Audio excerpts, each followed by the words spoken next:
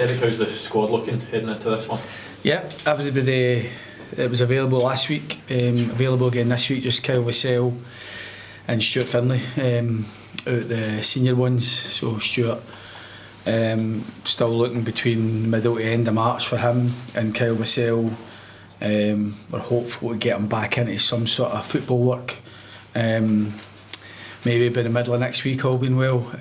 We have you maybe after Ross County to increase his workload, but he's back running Vass as well, which is good to see him. And Stuart, good to see them back running and doing a bit of work. Kel McInnes came off last week. Just felt a wee bit of irritation in his knee. Just wanted to make sure everything was okay, so we got him scanned, and thankfully everything was clear. Thought there may have been cartilage, but he's all good. So full squad to choose from other than Vass and Stu.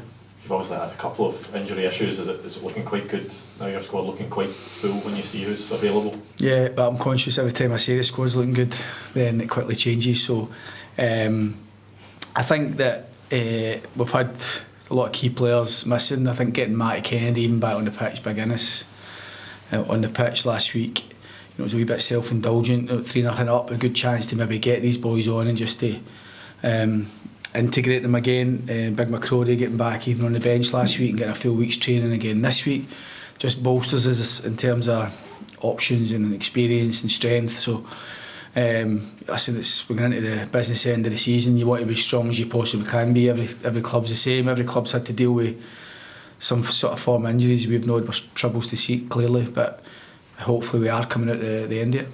You mentioned going into the business end of the season. Have you ever known it to be this tight between so many teams going into kind of this stage of the campaign? Probably not. I think even when you see the spread of points, I think as a comparison to this time last season, I think third and fourth place with so much many more points and everything's all tight and congested. I think I spoke after the game last week. I think Motherwell won 1-6, St Mirren won 1-6, Aberdeen won 1-6, Dundee United won 1. And you think, who's winning all the games? It's like everybody's just slitting each other's throat, and a lot of draws and a lot of tight games. And I don't see that changing, to be honest. And I think even from a St Johnstone perspective, they wouldn't be getting it up. I still think they've got the quality to go on a run. And I think everybody's got everybody's probably got that responsibility and that onus to try and get on a run. We've obviously 2 wins back to back, which we're pleased about, but it's only managed to get us where we are now, and we need to keep winning games if we want to be the top 6 team that I want us to be. So we've got an important week coming up. It's an important run of games, 7 games before the split, and we just want to try and come out of that with the victories that we feel we need to be a top 6 team. That will be massive though, just trying to build on it. If you can get a couple of victories in a row and then keep on trying to build on that and get a bit of momentum. Could momentum basically be the difference in finishing between maybe 5 or 6 places in this league? Yeah, it is, and I think that every manager will be saying the same, just to try and stay unbeaten for as long as they can, stay in a winning run as long as they can, and that could be the difference. Top 6 or bottom 6, so I still have the belief that we should be driving the club and getting demands to try and be a top 6 team, despite our challenges. I think over the last 2/3 of the season we've performed, and the points tally has showed we're a top 6 team. I think after the initial slow start, and there was loads of reasons for that, I think our points shows that we are a top 6 team. We now need to try and maintain that and even improving that between now in the 7th game between this now and the split. Given that it is so tight, Derek, is getting into the top 6 and looking towards Europe, is it more about avoiding a relegation battle but not being in the bottom 6 come there? No, I think that makes a lot of sense, but we're not even thinking of that, and I don't want my players to think it. I think I've always tried to remain positive through some difficult results and injuries and stuff like that, and I still believe that we've got to have the mindset. I've been far more positive than that, and it's just try to be a top 6 team.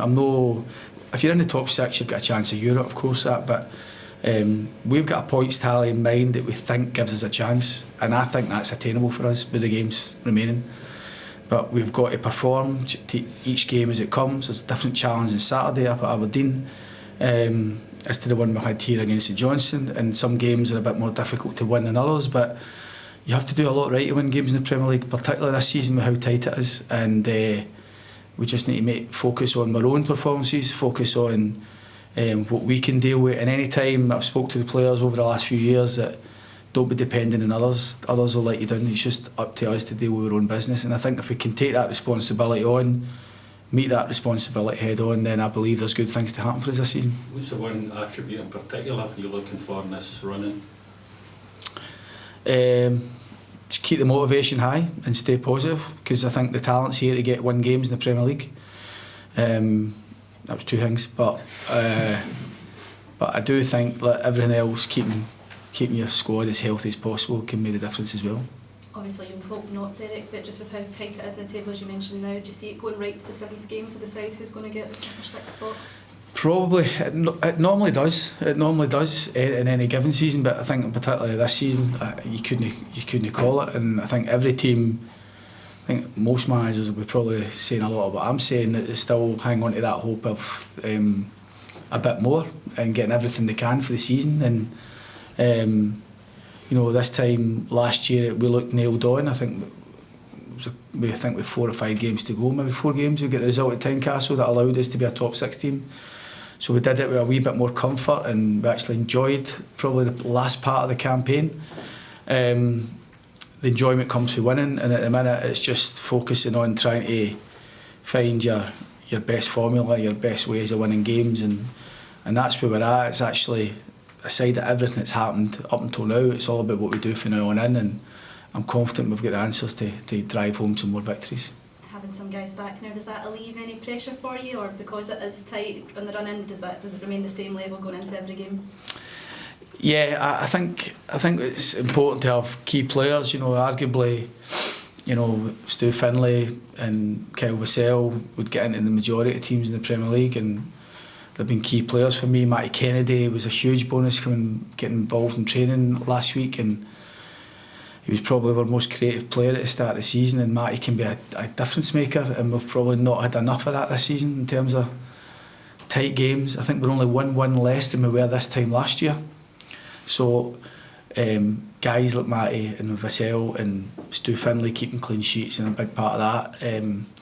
They're obviously, it's vitally important that we can get them and keep them fit as well, but everybody's got a part to play. There's a lot of players in this team who helped achieve a European place last season. How important can their experience and the taste of that be in this running? Well, I think it is important, but I'm hoping it is pivotal, to be honest. I'm hoping that the motivation is high. I think we all enjoyed the European. It was difficult balancing it all, and it was a challenge, but I think, you know, it's the majority, if not every day, bar 1 or 2 who were here at this same stage last year. And although the league's different, it's a lot tighter. We're 1 less than we were last year, so we know what it took to go over the line last year. We're hoping that you draw on any sort of positivity and experiences of that, but we know that dealing with our own games over each 90 minutes and dealing with each game and treating each game with the kind of the merits it deserves is so important. We've not got the luxury of too many off days now, and it's important that we sense that and grab the opportunities here. What kind of challenge are you expecting at Pittodrie, and how much confidence can you take from that 4-0 win last time you played against them? Yeah, I think we played well that day. It was probably a game where I think the manager said it's probably as poor as they've been, and it was a kind of at the start of their kind of poor run. We were very strong that day. I thought attacking, defending, everything about us that day was really strong. But as a different game, I think they're in a different place at the minute. Aberdeen, obviously they've only had 1 league victory recently, but I think even that, a club like Aberdeen can get a lot of confidence for it. There's a lot of new players. I think they're one of a few clubs who in January can actually deal with any issues and problems in the transfer market, and they've been probably as active as any club from the Premier League. And a lot of the signings that the manager's made are straight into the team, and I think you can see from last week's game they've won a difficult game at Dundee, and you know, knowing the club as I do, the club, the fans, everybody will take confidence for that. So it's a tough game, but we've got to go up there and make it tough for them as well.